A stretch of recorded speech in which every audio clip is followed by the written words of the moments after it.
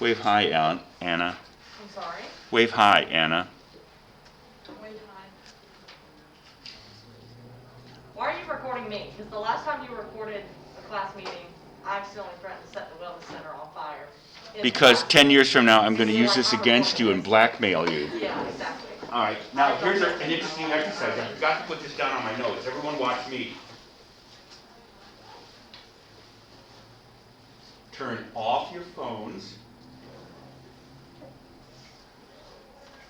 and do this. I have told people a million times, it's on my syllabus, and both in winter term and in fall term, I would sit there and people would take their phone out and start texting. I don't often lose my temper. It depends upon how much of a chemical imbalance I'm suffering from that day. But good. So you all understand, please turn off your phones. Now, let's find out who we don't know. This is like a class reunion.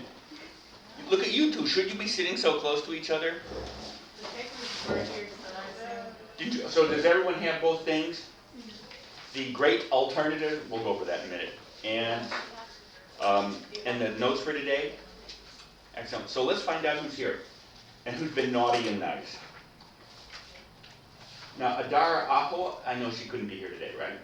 She said she had a friend taking notes. Who's that friend? So I emailed her back, nice that you have friends.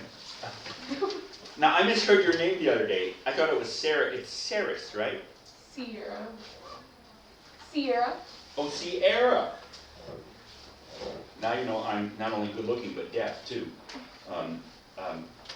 Bree, where are you? Bree Cohen? Sierra. You go by Sierra? Yes. So by the way, the whole point of this is that the ones of you I don't know, this will give me an opportunity to make a connection with your name and face. But also, if there's some other isotope of your name that you prefer, let me know. As long as it doesn't mean such a sacrifice of your or my personal dignity. And I have very little sacrifice. You must be Stephen. You go by Stephen? Yep. You don't prefer Aloysius? No. Okay. No. Natalie, how nice to see you again. Nice to see you too. Aaron, I would highly recognize you. Could you take off your mask for a minute? You've changed so much. Where have you been the last year? Scotland. Scotland, really? Yeah. What was it like? It was great. Cold? A little. Not so bad. Well, how does the nation that invented golf look like in person? Green. Really? Yeah. Is it really green? A lot of green? Pretty green. Not as green as Ireland, but pretty green. Did you go strolling on the heather? Yes. Next to you There you are, Bree. I'm here. I got stuck behind a wreck. Now you're looking at a wreck. That too. Bless her heart, as they say, but Aaron. Or I was going to say, just because she was over here. Oh. Do you want to sit so close to me? Did I still? We might catch anything. Yes, by the way, we were in 304, which I like. I like that little octagonal table. Unfortunately, the only technology in that room is a blackboard. And we'll be playing music and seeing films and all that kind of stuff. So, all right, good. Hannah Norton, where are you? I'm here. Take off your mask so I can remind you again. You were in the Harry Potter class, weren't you? No, I took your American American Congress. Oh, okay, that was last Spring year. last year. Yeah, right. Yeah. Congress class. My hair is usually curly. Did you stick your finger in an electrical outlet or something? Yes. I do that every morning. Look what it's done for me. We can help. Yeah.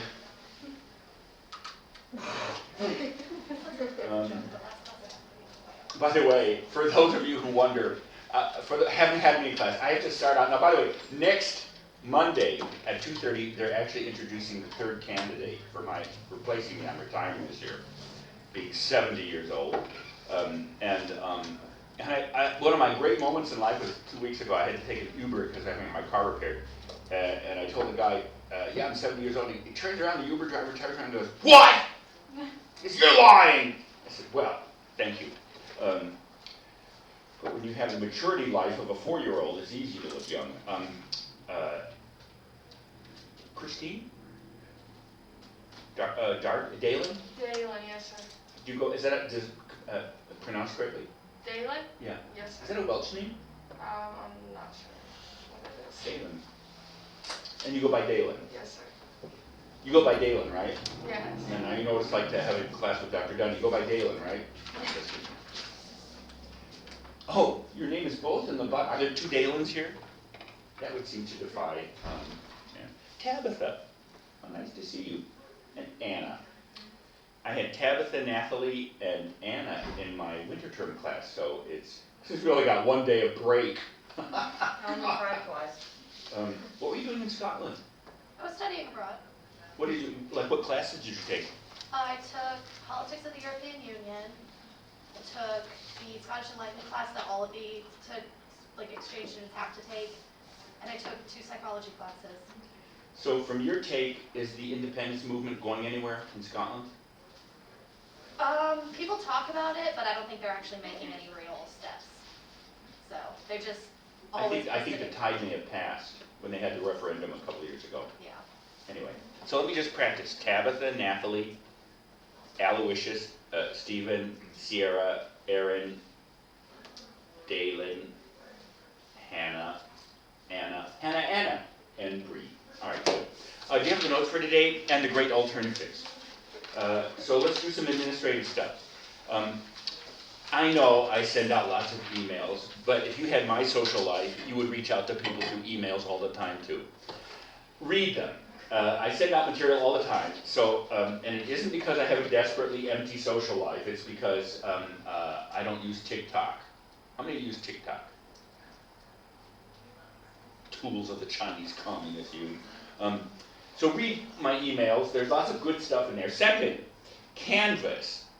Anything that I send out to you in class, I post on Canvas. So anything, all the PRQs, all the materials, they are all on Canvas under the Files tab.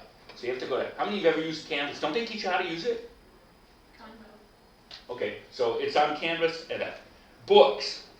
Every semester I have especially when I teach political philosophy, I have this argument with students. Oh, I forgot to bark for it. Oh, you've heard that, right? But Hannah, did you hear me bark? I can't remember if I barked online last year. You did bark. Oh, and that's the question. Should I bark for the candidate on Monday? Yes. They told me I'm not allowed to talk to them, so you sure as hell are not. I have to introduce him. Well, you're leaving. I was about to say, he wants Is your to work with you. I know, but He'll have to work with me. but so Dr. I'll work. Woodfin and Dr. Elder said I should bark and take off my thumb for them. I agree. Oh. You should. I feel like Yes. I tell people if this were the Avengers or X-Men, these would be my superpowers. I would stop bank robberies. There's a bank robbery going on, and I walk up and I go, and they'd be looking around for the cops, the bark at the dog, you know what I mean. So it's under the Files tab. So anything I pass out, books, buy or rent them or copy them or have them tattooed on your thigh. I don't care. But buy the translations that I've ordered for this class. Students don't like to buy books. If they rent books, they buy the wrong edition. And I'm telling you why this is important. First of all, this is the first book we're going to read, and we're going to perform it in class. It's a filthy, dirty, funny play by Machiavelli. And why it's filthy and why it's funny and why that's important, I hope to make clear for you today. So you should all purchase this, or go to somebody who has purchased it and copy it. The prince, especially. Now, why is the question of translations important? When I teach political philosophy, you are going to encounter the first author, the first major author who wrote political philosophy in English, and that is Thomas Hobbes, the Leviathan. So it doesn't bother me so much what edition you get of that. The only reason is when we read material together in class, if somebody has a different translation or a different edition, then I've spent many classes saying, oh, well, we're on page and you're on page. So just for that. But aside from Hobbes, who's the only English author, the question of translation is critical, and especially critical for Machiavelli. And so, so please buy the editions. You can buy them used. Don't buy them in the bookstore. They're too expensive there. Buy them. You know, there are a million books websites where you can order books used and cheaper. But does everyone understand this? So please buy the books and buy the ones that I recommend. You'll see why. And the question of translation.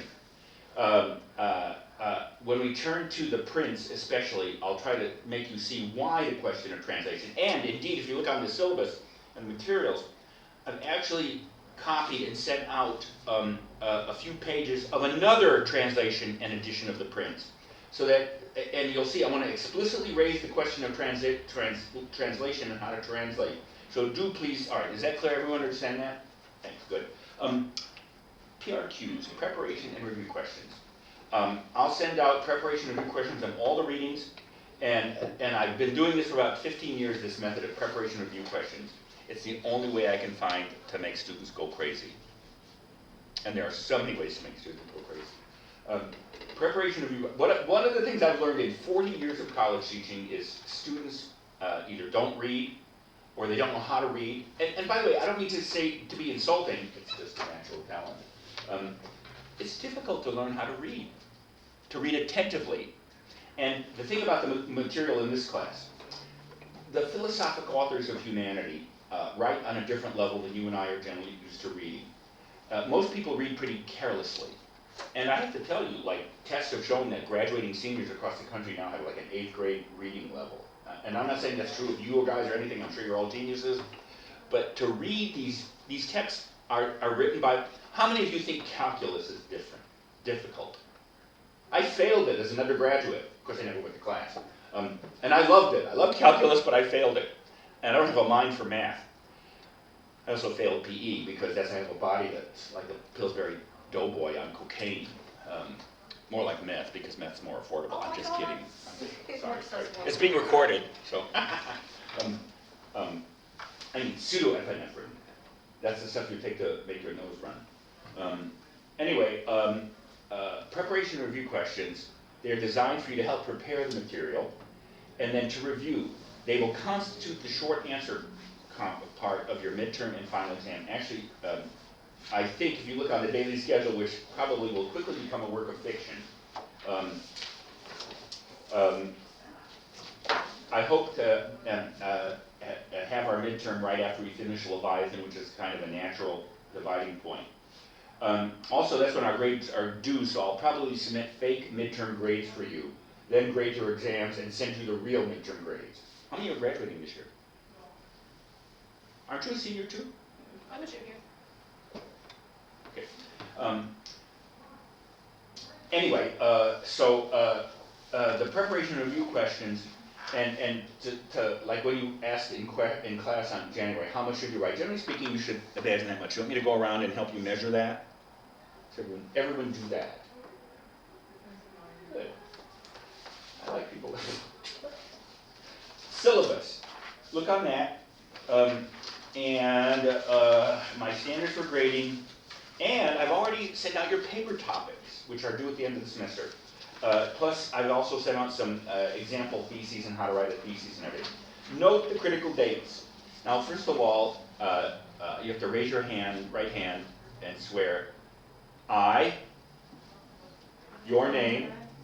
If you ever see Blazing Saddles, that's where Harvey Korman has all the bad guys raise their hand and take an oath, goes, I, and they go, I, your name, and they go, your name. No, your name. Do solemnly swear not to tell any grown-ups in this institution about the following policy. Technically, reading, when's the last day of class? It's Wednesday, or it's Wednesday, May 11th, I think, yeah. So Thursday and Friday are reading days. Now technically we're not supposed to assign any materials after that. So I'm not assigning it after that. Finals week starts the following Monday. For papers, I have generally violated that policy, and if you have any problems or questions with this, you don't have to remember a due date doesn't, you don't have to turn your paper on that date. You can turn it in before that date. Does that make sense? I do it on 11:55 Saturday night after the last week of classes. Why? Because first of all, because of the Sabbath, I can't read your papers anyway. And second, students generally, what's that called? It's this important student custom, waiting till the last minute. Procrastination? Huh? No, I'm waiting till the last minute to do things. How many times did I, now by the way, you guys know what a typewriter is? See, you never typed your papers on a typewriter. I remember being at 5 in the morning, have a paper due that morning, typing my paper on a typewriter with whiteout. So you have, so all right. So the only reason is since I can't grade on the Sabbath anyway, that's when your due date is. If you have a problem with that, just turn your paper in early. Does that make sense? Now there's another due date, and that is you have to send me a week before your thesis, bibliography, and outline. And so look at the paper topics. And by the way, if you want to do some other paper topic or get something interesting, that's fine too. Right? Is that clear? Everyone clear about that? Good. All right. Bree and you had Congress, right, Hannah? Mm-hmm. Yeah. You've had American Political Thought last year, right? So you've already read this article. Well, I've decided to start this class out with an article I've used in my American Political Thought course before. Joseph Cropsey was a professor of political science and political philosophy at the University of Chicago, The United States as Regime. And moreover, I passed out some interesting study aids, what I call the Cropseygram. This is the Cropsey article put in graphic form for you to understand. And two additional Cropseygrams, a simplified Cropseygram 2, and a simplified, because Cropsey, as you're going to see, is a very dense and complicated author. The reason I used this article to begin my American Political Thought class was, what Cropsey tries to do in this article is to, first of all, he starts with a question. He says, why do Americans disagree about the meaning of their national existence? And do Americans have political arguments all the time about what the meaning of our principles are? Abortion, transgenderism, the welfare state. Isn't American politics, indeed all politics, is a debate? Does that make sense? So on one level, Cropsey starts out with a question, why do Americans seem so confused or uncertain about what our principles mean? And how many of you agree that many Americans are critical of American life? So Cropsey starts out and says, why do Americans seem to be uncertain about what we mean as a nation and what we stand for, and why do we seem so dissatisfied with our national life? Then he goes on to answer the question, is there a content to American politics, and is there a discernible direction which explains how our national politics have unfolded? And you're going to see the answer is yes. Now the reason I use this article to introduce American Political Thought is it anchors American politics in the tradition of political philosophy, modern political philosophy. And I decided, since this is the last time I'm teaching this course, to use this article to show my main point, the relevance of this material to you and me today. And so you're going to see, so that's the Cropsey article for Friday. And we'll discuss that on Friday. So what is the relevance? These authors and their works, if you're looking at the notes now, I'm just reading from my own eloquence. These authors and these works are the source of almost every political and private concept, with the exception of ancient scriptural religions. You'll see that in the Cropseygram. How many of you are Christians? Jews? Muslims? You know, our traditions antedate America by about 2,000 years, right? So there are parts of American life, political life, I mean, after all, America celebrates Christmas, right? So parts of American life, both personal life and political, didn't originate in these works. But, as you're going to see, the analogy is the works of modern political philosophy are like the salad bowl of not only American political life, all modern political life. How many of you believe that human beings have rights? What's a right? What is it? As you're going to see, you're going to read the author who invented that concept. Thomas Hobbes, in Leviathan in 1651, invented the core central concept of modern political life, rights. So everything that exists in our politics, every position, every attitude, every idea that forms your personal identity, with the exception of things like scriptural religion and finger painting, comes from these works. These works are us. We came from these works. And take every political attitude in the second paragraph. Rights, consent. How many of you think proper government begins in the consent of the governed? That comes right from Hobbes and Locke, you're going to see, and Rousseau. You probably heard of the idea of social contract theory. You've ever heard that before? Well, these three authors, Hobbes, Locke, and Rousseau, are the foundations of that. And that forms the basis of our Declaration of Independence.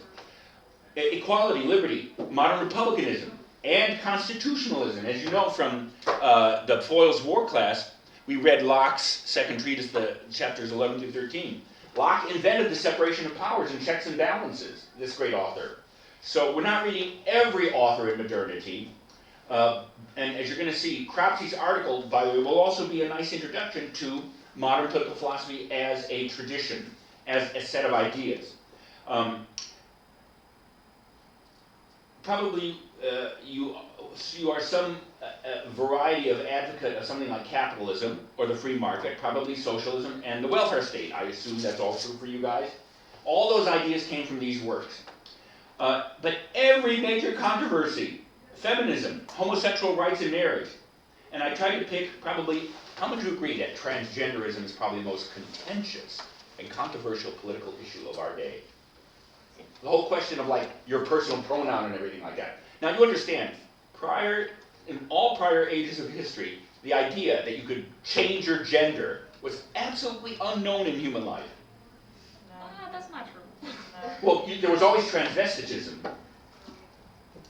Well, first of all, when you say it's not true, give me a counter example. I'm like, I'm thinking of like a native society, like people did not identify with one singular gender. Name one. A society where that was the case. The Nubian people, I believe. Are you saying they don't have gender pronouns or what? No, they had a concept of genders outside of the binary. So. You'll have to give me an example of that, or put me in contact. I'd like to see that material. Okay. Now, how about you? How do you read science fiction? Have you ever heard of the Ancillary series?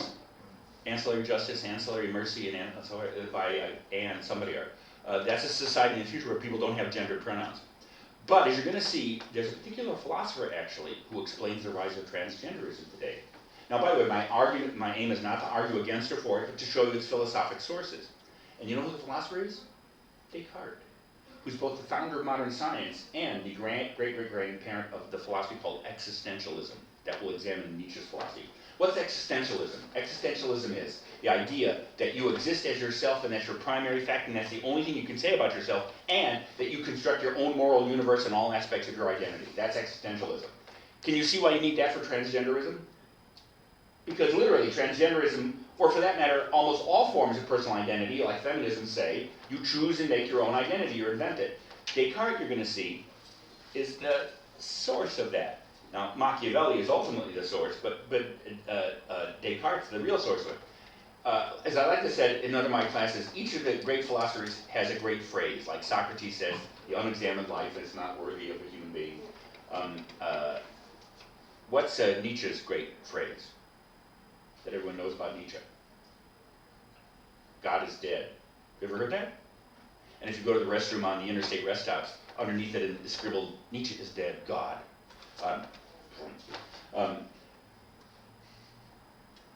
Hobbes. The life of man in the state of nature is solitary, nasty, poor, brutish, and short. It's like he's describing New Jersey. Descartes. You've never heard of the great phrase from Descartes? I think therefore. I think, therefore, cogito ergo sum. So you're going to see that Descartes is the founder of the modern notion of nature, by the way, and natural science. Actually, Machiavelli is, as you'll see. But the idea that the science exists so as to reshape nature, both general nature so that we can conquer it, like for instance, that's worked, hasn't it? With respect to disease, the human race now controls all aspects of nature with respect to disease. And even not all aspects of disease, but some aspects of disease we can control, like the smallpox Correct. vaccine and stuff like that. Now, Descartes wrote about 400 years ago, so you could say from his time, which he said, the medicine of my day is like nothing, it's stupid. You remember people used to do for the plague, what doctors used to wear on their faces? Just bird masks. Yeah, those bird masks full of herbs. I spray mine with Febreze. But you're going to see but as Descartes points out, science, which used to be reflective and contemplative, he wants an active science, and you're going to learn this. This is the opening part of part 6 of the Discourse on Method. In place of the speculative or theological science we could have a practical one by which, knowing the motions of the air and the planets and the bodies all around us, we could learn all the laws of nature and make ourselves, as it were, masters and possessors of nature. And when we come to this critical passage, what's the 3-letter short word for master and possessor of nature? God. Descartes promises that through modern science, humanity can become God. And he says, this is great not only for infinity of devices that reveal to us the earth's fruits without labor. How many of you have used a microwave? Can you imagine going back 200 years and telling somebody, a chef or a cook or a housewife, you can cook something in 10 minutes, 10 seconds? What would she think, or he think? Yeah, but that's literally the apparatus of modern life is directly the product of this kind of science that yields to us. How many of you expect air-conditioned and heated houses? I mean, so think of when you think of the transformation of human life. But then he says, this is especially important for medicine. He says, perhaps we can yield ourselves bodies as incorruptible as diamonds. What is he promising humanity through scientific conquest? Immortality. Now you say, well, that's baloney. And you don't have to be Voldemort to think about that. But, as I mentioned in the January class, just in 2004, the publication of the human genome, what they've discovered is at the end of every chromosomal chain is an enzyme called a telomere. And already in 2004, they were talking about the possibility of turning off telomeres at the end of chromosomes. You know what telomeres do? Those are the chemical enzymes that break down the process of chromosomal and genetic replication, which, in other words, is aging. What if you could turn that off? I don't want to live forever. Well, I know. Well, by the way, how many of you have read Gulliver's Travels? Have you ever read Gulliver's Travels? No. Anybody read Gulliver's Travels? Now you know about Lilliput, right? He goes to the tiny ones, right? And then he goes to Brobdingnag with the big ones, right? But in the third voyage, he goes to Laputa. And there's a race of individuals called the Strunbrogs who are immortal, but they age. So think about that. Anyway, so, but wouldn't that have seemed impossible prior to 200 years ago, 300, the idea you live forever? Now we're talking about downloading our brains into computers. Actually, I think if they could just invent a volume control for Dr. Dunn's mouth, that would be great. But anyway, smallpox. In the 13th century, I always mix the two plagues up. The Black Death, the bubonic plague, which was the 13th century, and smallpox, which was or the other way around. Smallpox killed like 1/4 of the European population, and the Black Death, the bubonic plague, which we've now almost eliminated too, except for a couple of places, but we have eliminated smallpox. Where's the only place in the world where smallpox exists? CDC and the World Health Organization. Correct. Only 2 places. We've actually eliminated. So, have we made some progress on the Cartesian conquest of nature? But I want you to understand, so with Descartes' understanding of science and nature and with existentialism, that forms almost the foundation of every modern identity movement that takes place. So, my whole point here is reading these works, which is a work in philosophy. We'll talk about what philosophy is.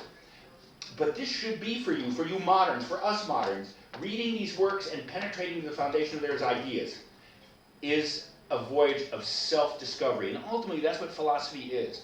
It's the enlargement of your self-consciousness about yourself and the nature of the world. Now, take out the great alternatives. Now, I do this, first of all, to give you some sense of what Cropsey's talking about when he says of Machiavelli, that Machiavelli terrestrializes the human condition. What's terrestrial mean? Terrestrial. Alien. No, it's extraterrestrial, it's alien. What's terrestrial? What's terra? Earth. What's the opposite of terrestrial? Extraterrestrial. Celestial. What's celestial mean? What's celestial? Sky. Heaven and earth. You're going to see Cropsey's thesis is, and we'll see this in Machiavelli, that Machiavelli will suggest, and he's probably right, that antiquity, both ancient religion and philosophy, celestialized human existence. Cropsey suggests that Machiavelli was the first author who truly terrestrialized, which meant, in other words, this. How many of you have heard of Karl Marx? Marx has also a single great phrase, not workers of the world unite from the Communist Manifesto, which we will be reading, but from the Theses on Feuerbach, the 11th Theses. How many of you have ever heard this before? Religion is the opium of the masses. Ever heard that? What Marx means by that is, what was the real function of religion? Keeping the exploitative shits in power by providing some fables to justify them, like the divine right of kings, and to give people a hope. A hope for what? Some Nothing beyond. Yeah, because this world, as you're going to see, was so shitty that the only thing that 99% of the human race could do from 8,000 years ago, when you crawled out of the slime you began eating at G dining room, That's so violent. well, I'm sorry, to today is, and by the way, as I mentioned in our class in January, I'm a political scientist, I study politics. The interesting thing is how bad politics has made the human condition. I think you can actually argue that most of human politics has made the human condition worse. And up until the modern world, and these authors who deliberately wanted to reform the human condition by turning humanity's attention away from the next world and getting them to focus on this world. Now the spirit of that enterprise and what it is, that's why I try to introduce my political philosophy classes with these great alternatives. So I just want to quickly go through these just to get them out. And the purpose of this is to help you see that modern political philosophy is, I think, one of the great alternatives. And let me say what by the great alternative. We're going to read the three critical questions of human life. I think unavoidable questions of human life. The second one is the apparent human condition. Now, when I say the apparent human condition, what's the controlling word there? Apparent. What does apparent mean? What it looks like. Yes, well, the way it seems or appears. And then you'll see the great alternative. Now, I have to say, I'm 70 years old. I was raised a Catholic, converted to Judaism, and I am familiar with almost all the world's great religious traditions, especially Christianity and all its varieties, Islam, and Hinduism. But also I know Buddhism and Confucianism and Taoism.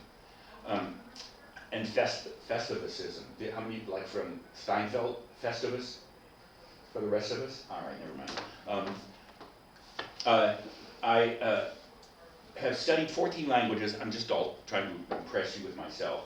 Including, by the way, I can read the original works, most of political philosophy, and most of the religions in their original.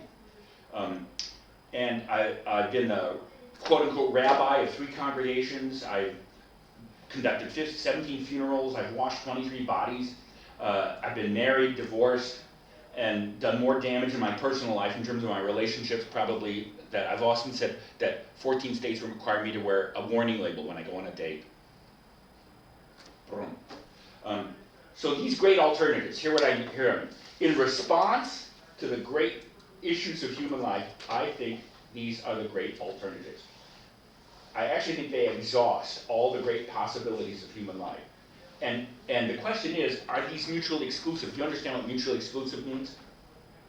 Some of them may or may not be mutually exclusive, but when I say great alternatives, I actually think these are the fundamental ones. So let's start. Bree, what are the 3 unavoidable questions of human life? Who or what am I?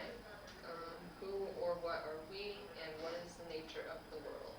Now, I had a wonderful cat for 14 years, Mordecai, and now I have my neighbor's cat who stays with me half the time frozen. And so far as I know, I read Mordecai's diaries, and he never reflected about who or what the meaning of his existence was that I know of. Now, the question of language is going to be central to our question, because one difference between the ancients, as you're going to see, and the moderns is that the ancients, especially Plato and Aristotle, argued there was such a thing as nature. And there was a natural difference between human beings and animals. And that was reflected in the fact that only humans have language. Now, what's the next natural question? If you hear the point, humans are the only ones with language, what's the next natural reaction to that, typically? That may not necessarily be true because animals do communicate using voices in some They instances, do. like dolphins or monkeys or stuff like that. And fraternity members. No, obviously, by the way, even Aristotle says animals have voice and communicate. Like bees dance, you know, right? Staying alive, staying alive.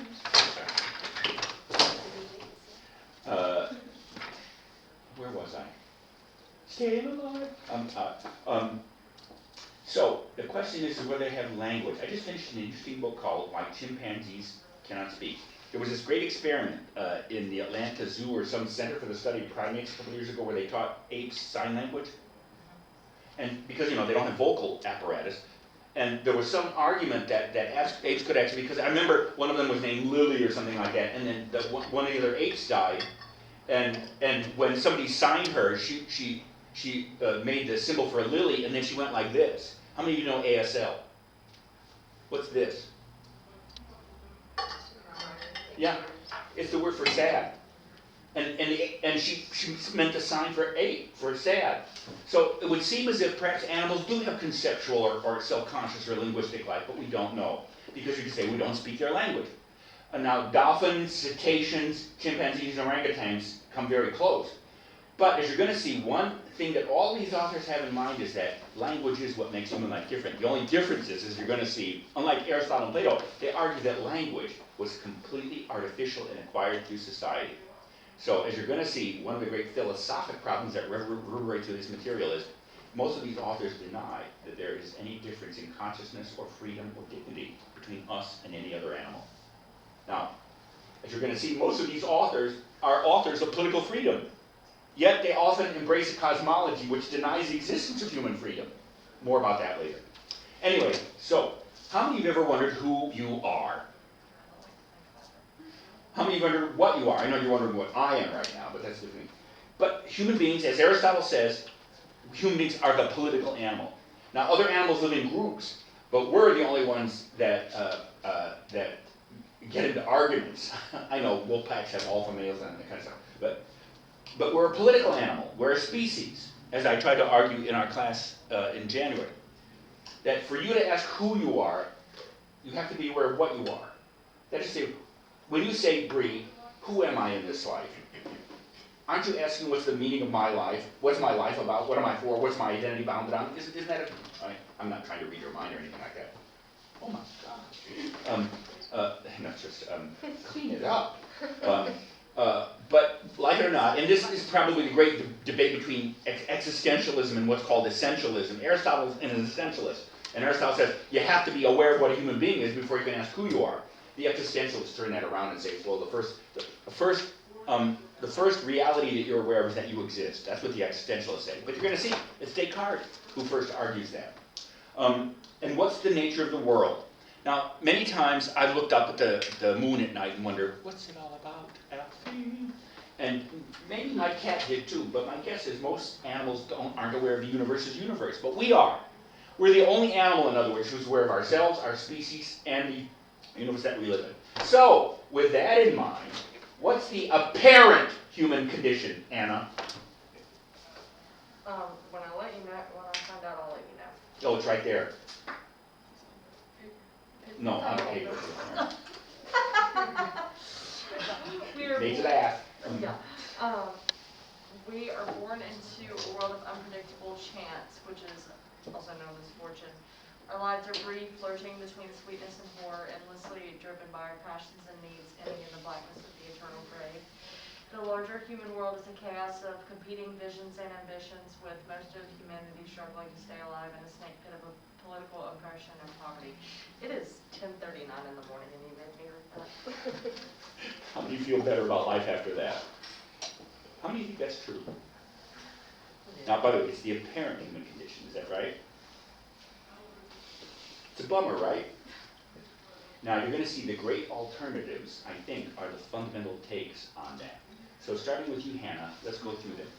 So the first great alternative, and this was the first great universal alternative of humanity. All ancient civilizations, Christian, pagan, Jewish, Chinese, Aztec, Mayan, all hovered around this alternative, the sacred religious traditions of humanity and political traditions. Go ahead. So the first one is political piety. The core concept is the divine and the soul. Go ahead. Okay. Now I'll stop interrupting you. The apparent human condition is not the real one. The real one is a divine order, God or gods, which mostly through our own blindness and folly we fail to perceive.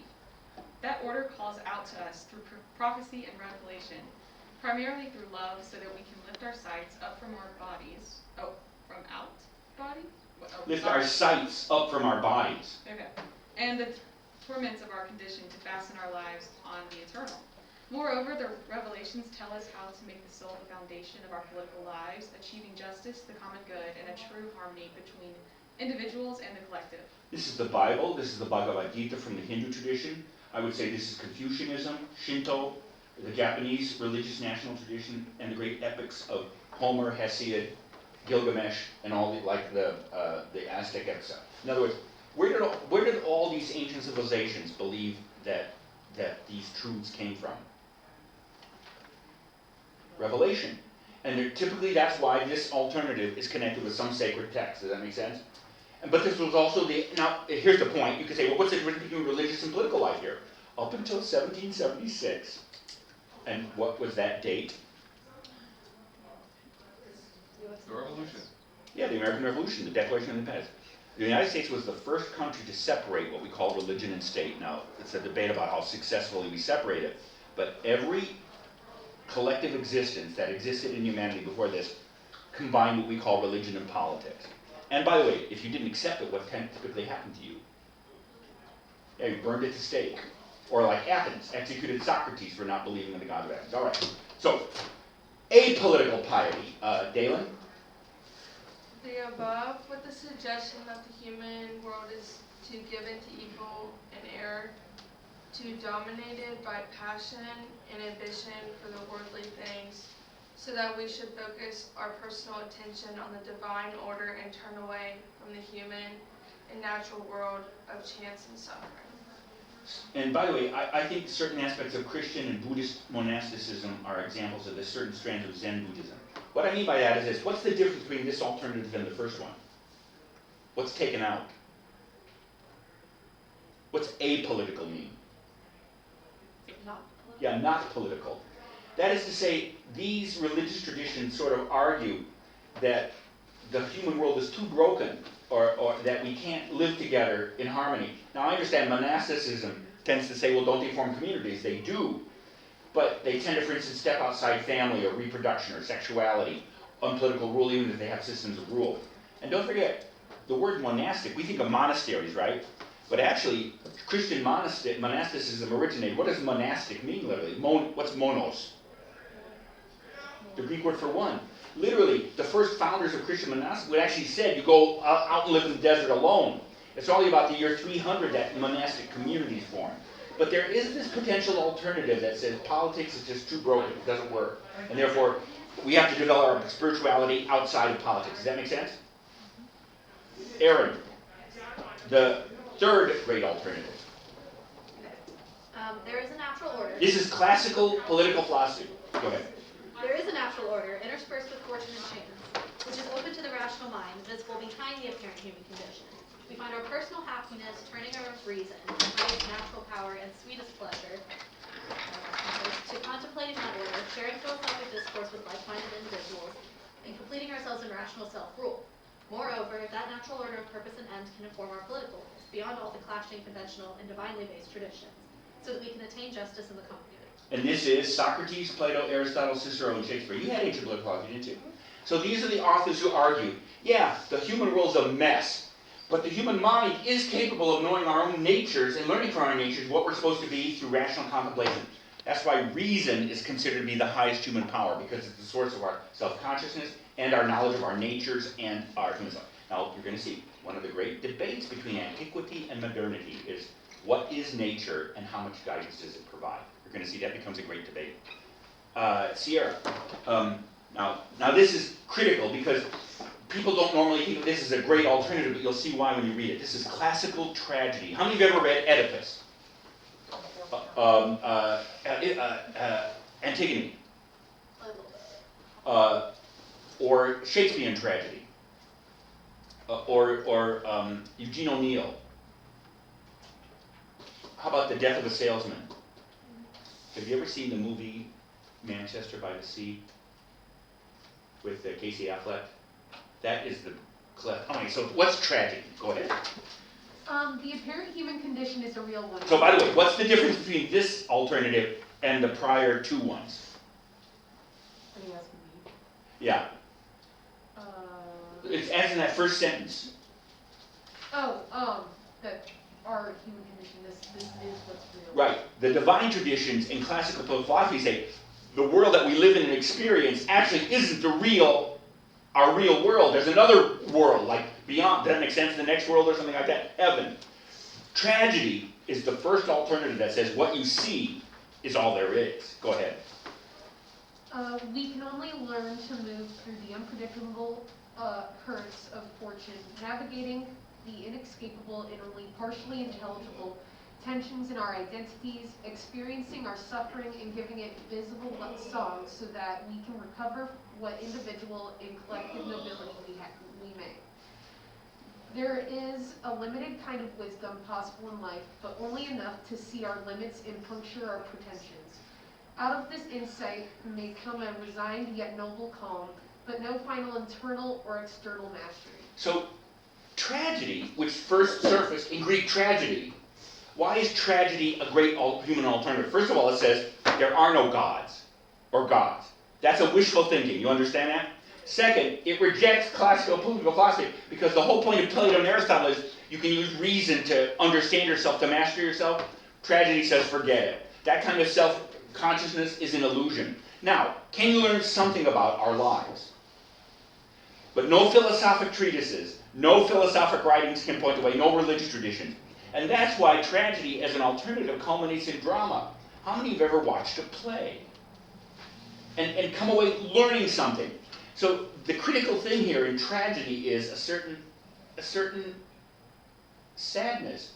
By the way, I'd say this. Tragedy says that human life is fundamentally sad. There's no happy ending. In fact, probably no happiness in life. Because every time you think you're happy, some mood or some depression is going to hit you. Or a roof's going to fall on your head. So the idea of human happiness and the possibility of human happiness is simply not the case.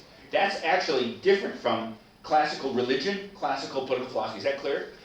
Because the argument is you can be happy in those traditions if you learn how to listen to God, if you learn how to reflect on human beings. You can lift yourselves out of the... No! Tragedy says, forget it.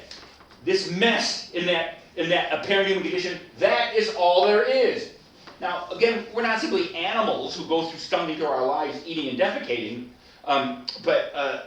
but tragedy has a very limited view of what humans can do in terms of this life. And by the way, if you think you can be the master of your own fate, and you think that you can produce your own happiness, you're likely to be disappointed eventually. That's the whole point of tragedy. Does that make sense? Okay, Steve. Do you go by Steve or Steven? It doesn't matter. It don't matter then. No, I'm just kidding. I'll call you for the rest of the semester. It don't matter because I'm an idiot. All right. So go ahead now to, the next one gets complicated. Tragical, apolitical hedonism. Let's talk about hedonism. What's hedonism? Like pleasure and happiness? Well, as you're going to see, most aspects of human life aim for pleasure or happiness. Hedonism comes from the Greek word hedon, which means sweet or pleasurable. It is an ism, and hedonism says the pleasurable is the good. In other words, what's good for you? Whatever is pleasurable, literally. If it feels good, do it. That is hedonism. Now, tragic, apolitical hedonism. This was actually a great alternative that emerged in the philosophies of Epicurus and Lucretius, the great Roman materialists. Go ahead. The apparent human condition is the real one. So what does this have in common with tragedy? That human condition is... Right. Yeah, what we see. Our only chance for happiness, to immerse ourselves in whatever pleasures are available to forget our victimization by fortune, but ultimately yielding up ourselves to death. Politics is just the realm of illusion, conflict, and the chase for power. Better to leave it behind and concentrate on our self-induced anesthesia. And by the way, you could say, what, this is an ism? Yes. Because Epicurus and Lucretius said there are no gods. They agree with tragedy. But the difference is this. Life is so shitty, inject yourself with pleasure to forget it. So have you ever heard of gather ye rose beds while you may? Eat, drink, and be merry, for tomorrow we shall die. Well, tomorrow we are going to die. And by the way, since this room could be blown up with a gas leak, better you should just listen to the professor and have a good time. All right. So tragical. We're going to actually see one of the great pieces of music in the 20th century was actually based on manuscript from the 8th century. We're going to look to it on Monday, called Carmina Burana, the Songs of Burana. You ever heard of it? From Karl Orff? Or he was a 20th century composer, but the text he took, as you're going to, I'll explain this. Okay. All right. Now, and what's the core concept? The body. I hate to say it, but those 100,000 people that died of drug overdoses, you know that drug overdoses now, these more than car accidents, gunshot wounds, and aside from young people committing suicide, which is the highest cause of death in young people between 18 and 25. Wouldn't you say that somebody who turns to the drugs has given up has tried to anesthetize? On one level, you could say video games are the same thing, but the whole point of this hedonism is life is so torn and painful, and you can't get out of it, you can only try to forget it for a while. And that's critical. What does that for a while mean? Because what's going to happen to you sooner or later? You're going to get old and die. Or get killed. All right, Napoli. Now, this is modernity. This is the modern political philosophic tradition, the one that we're studying. Comic. Now note, by the way, when you think of drama, you tend to divide it into two things, comedy and tragedy. Tragedy says it has an unhappy ending, sad ending. What does comedy say?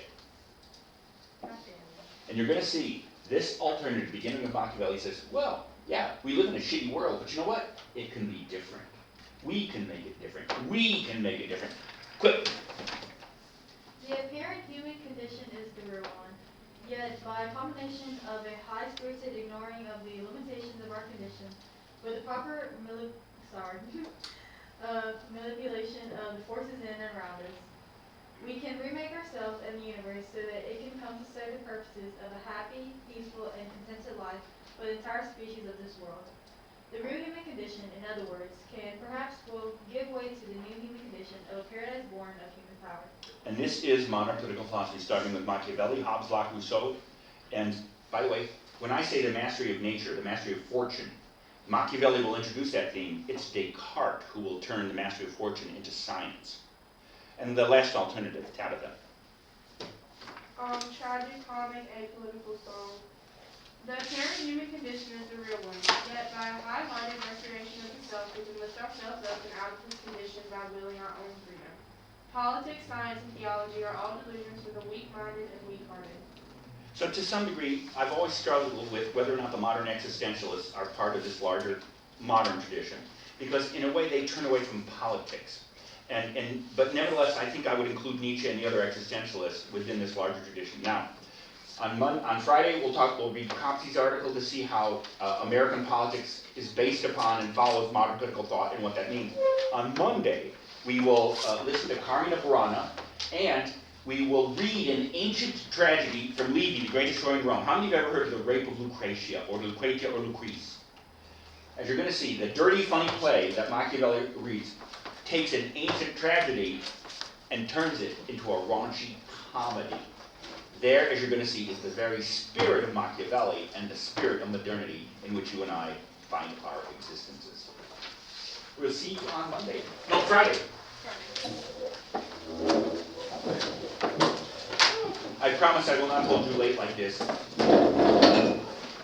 Terribly long. I have a class in there. So it's already warmed up.